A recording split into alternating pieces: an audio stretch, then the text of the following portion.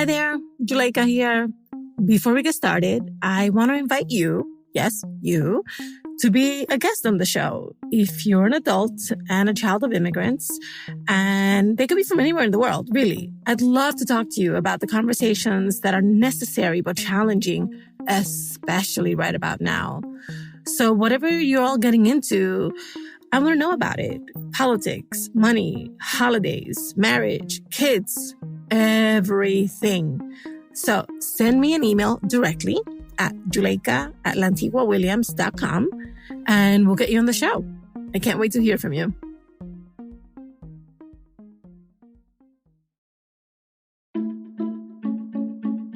Hi, everybody. Today I'm speaking with Natalie. Natalie was born in the United States, but moved to Mexico with her parents, brother and sister when she was a child.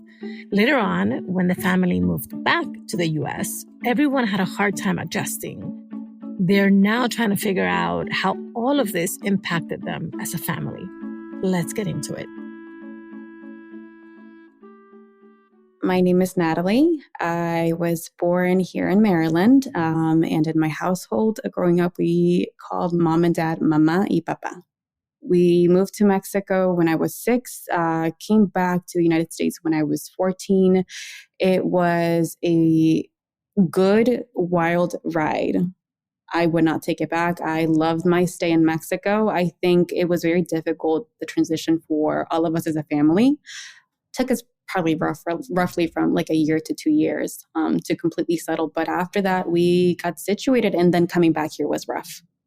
My dad, he is very, very smart. He didn't finish his education. He dropped out when he was in elementary school in Mexico. All of his life has been job to job until basically when we moved to Mexico, it's because he lost his job and he suffers from depression. His mental health had taken a toll. And for him, an easy thing was to move to Mexico, start fresh. So we did. The culture of Mexico really helped me navigate by sticking to my core values. There's a lot of unity in family. Family is the unit. I have that for myself. Now with my own family, I don't know what that would have looked like if I would have stayed here, growing up in the American culture. All of the experiences that I went through transitioning from here to Mexico and back, they put me through so many tests. We have a broken family. We have a very broken family, and slowly by slowly, they have been trying to patch up a lot of things. When we moved back from Mexico, we all had it rough. My sister didn't want to come back. She wanted to stay over there. So my parents, she was older enough to make her own decisions at that point. She had a relationship, and they asked her to come stay here for a while, just to give it a year. It was a no-go. She ended up moved back to Mexico. My brother entering his senior year, socializing has never been his forte. He was diagnosed with ADHD when he was young, not treated, because my dad did not believe in medicine. And he himself grew up thinking probably crap about himself. I don't think he's very smart, he's very intelligent, but he's facing his demons now. I was transitioning between middle school and high school. I did not know how to speak English. It took me about a year, 2 years to perfect it. We were all in different phases of our lives. My parents have never been, they were a very dysfunctional relationship, a very dysfunctional marriage. They didn't understand each other. They didn't have the empathy towards each other, nor the patience, nor the communication skills to be able to weather through certain storms that were presented to them. So we grew up with a lot of dysfunctionality, a lack of self-love. We became a broken family. My sister was in Mexico. Eventually, my brother, a year or 2 years into being here, he didn't want to be here anymore. He became very depressed. they sent him with my uncle down in Mexico. It hit him a lot. He became even more depressed, partly down there. So it was just me and my parents for a while here.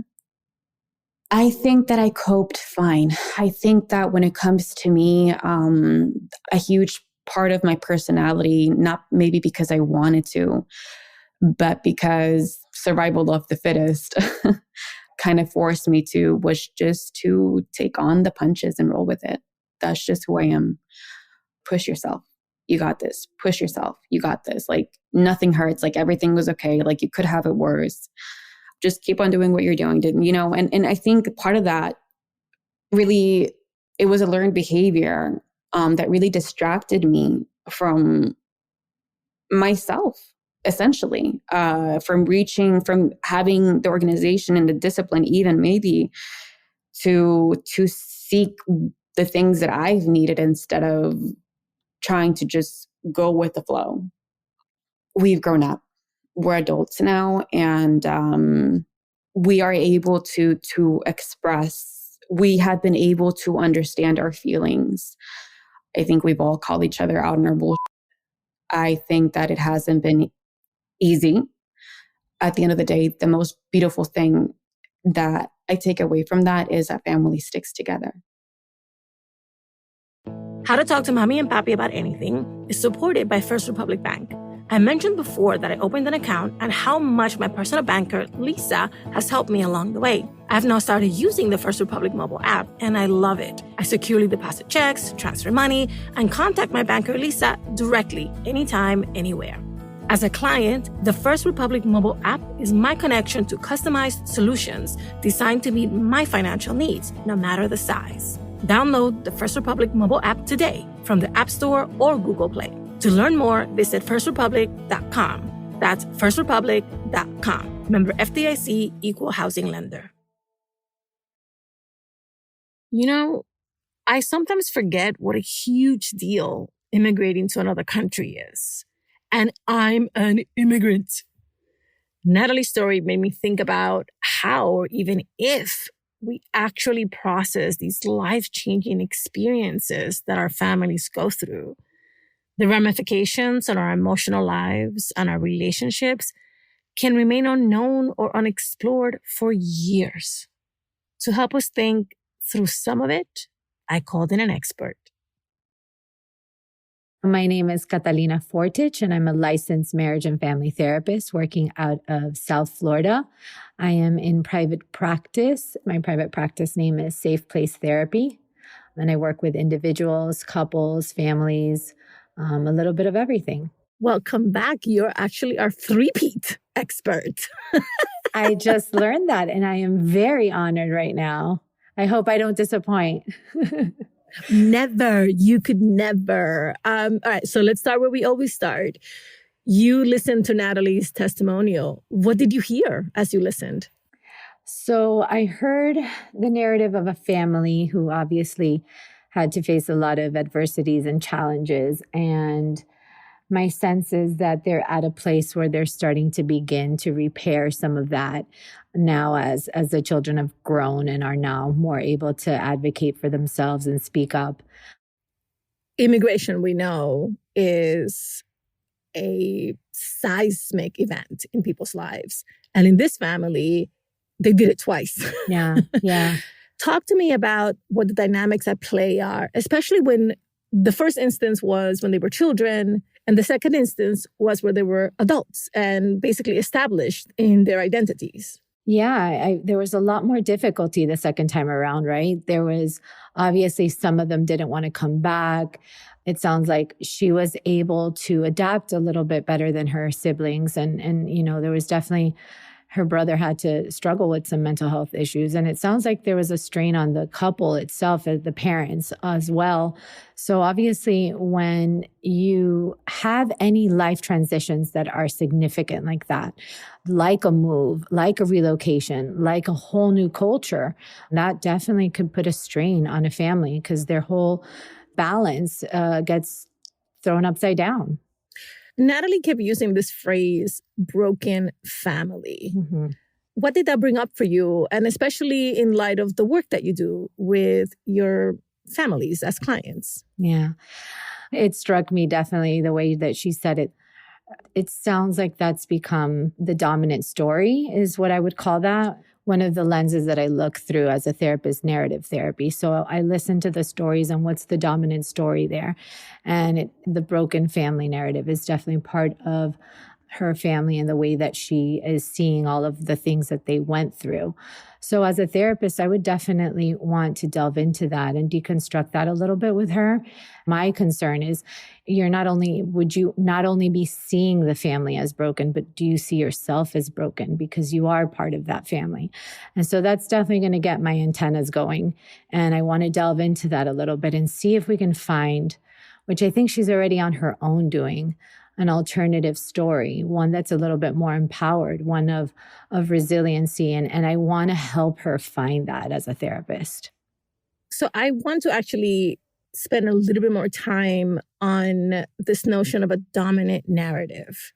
I've never heard it put that way. Can you talk to us a little bit about that and how it acts as a force in how you understand yourself and you understand your family and how it can restrict you? Absolutely. So we have these lived experiences, and as we go through life, we start noticing that we might have evidence that these beliefs, that these meanings that we've made of these lived experiences might dominate. So if I had a life of a lot of challenges, but I also had simultaneously a life where a lot of strengths and a lot of resiliency was a part of it, but the dominant part of it is the challenges.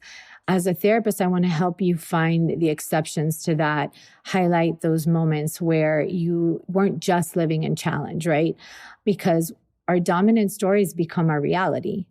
And if those dominant stories aren't one that is filtered through empowerment or strengths or resiliency or anything like that, then it becomes really restricted, a very rigid perspective that, if I don't feel that I'm capable, then how am I going to overcome certain challenges when they do arise? So it's fascinating because she uses terms like pushed through and rolled with the punches in how she frames her coping mechanisms. So is that a direct result of this dominant narrative? Well, if we're broken, I just have to push through the brokenness. Well, that would be to me indicative of that there is an alternative narrative, right? Those are the exceptions. Like I pushed through, I survived. We are, trying to repair. She didn't use that word, but obviously, we're at a place where we're trying to empathize and rebuild and understand each other. So those are windows for me. And I'm like, okay, let's go that route.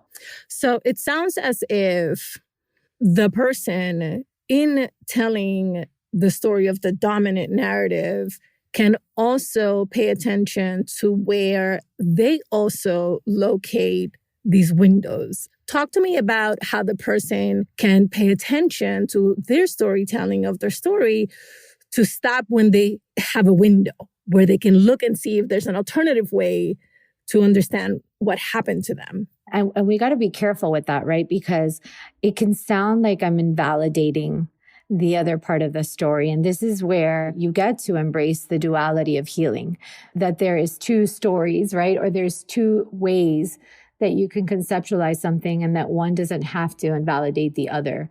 So it's where two opposing ideas can coexist, right? So the grief of my parents not being able or willing to give me what I needed, and that they did the best that they could with what they had at the time. And when you do that, then you're able to validate your lived experience, but also not live stuck in this blaming kind of pathologizing. And when you're able to validate your lived experiences and at the same time become curious and explore your family's lived experiences, you're able to hold that duality. And there's a lot of healing in being able to hold that duality. I think that this is one of the really challenging parts of being a hyphenated individual in the many, many ways that we're all hyphenated, which is that there is a tendency to want everything to be binary, this or that. before and after, black or white. And the fact that you just said, and is transformative. When you start looking at things that way, then there's a bridge there, right? And the inner conflict, I often say, is because we're trying to say which one's true, which one's valid, right? We spend so much time there. I'm going to get a little personal on this. And I myself, when I realized that I would have to be angry at my grandfather's grandfather's grandfather to explain, why certain things happened in my family dynamic, that's when I said, that's a lot of people to be angry at, and I don't even know them, I was like, I just had to let go of that and say, each generation did what they could with what they had. And now I just delved into becoming the best version of myself for my family, for my future generations. That bridge of the duality allowed me to let go of this idea of, who do I blame? Who do I blame for all of this happening? And when you realize that there's just too many people to blame, it's too many intersections and complexities and cultures and religion and just so many layers of it, that at some point you understand it. And that's good to have that understanding. But at some point you got to be like, okay, now what am I going to do with that understanding? And then you move forward and say, okay, now that I know this to be true, I free myself to focus more on what does a healthy relationship look like? How do I have that? How do I construct that? How do I live that? How do I embody that? And that takes so much time, Yuleika, that you don't have time to be angry at your grandfather's grandfather anymore. You can let him rest in peace. And you start just really focusing on how do you construct the best life possible for yourself presently. Natalie, I felt from our conversation like she was at a crossroads where she either had to focus on her own mental, emotional health and sort of accept the way that you're saying, this is what happened, but what do I do with this information? But also really yearning to have that closeness and to help to repair, especially some of the damage that may have been done to her brother, whom she suspects or they know has been diagnosed with mental illnesses, and her sister, who is a little bit distant from her family. So is there an implicit choice when we're trying to be our best selves and understand the context in which we became who we are? The choice ends and begins with you. At the end of the day, these other people you're in relationship to, they have choice as well. So, she can reach out, she can do what's within her control, but ultimately they have to meet her somewhere in the middle. If she is always the one repairing, always trying to connect, always trying to be the one that moves closer and closer to trying to do that repair without it being reciprocated, that can lead to some resentment and, further dilute the relationship. It really is her having to check in with herself and seeing, what is it that I want out of this relationship? What could I do to influence? You can't control other people, but you can influence them with the way that you approach them, the way that you talk.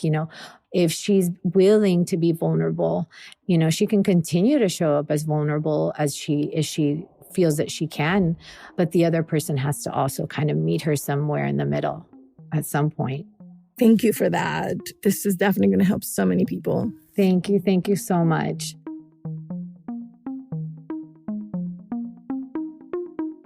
All right, let's recap what we learned from Catalina. Find the windows. When looking back at your family's dominant narrative, identify the exceptions to the rule. Those windows that point to resiliency, strength, and empowerment, and which help tell a more complete story of your experience and who you are. Embrace the duality. Once you let go of the idea that you must choose one side or the other, you free yourself to focus on the present and move forward in your relationships. And remember, check in with yourself. As you do the hard work of reaching out, connecting, and repairing your relationships with others, Stay tuned to how you're doing and what you're getting out of this process and the relationships that you're working to heal.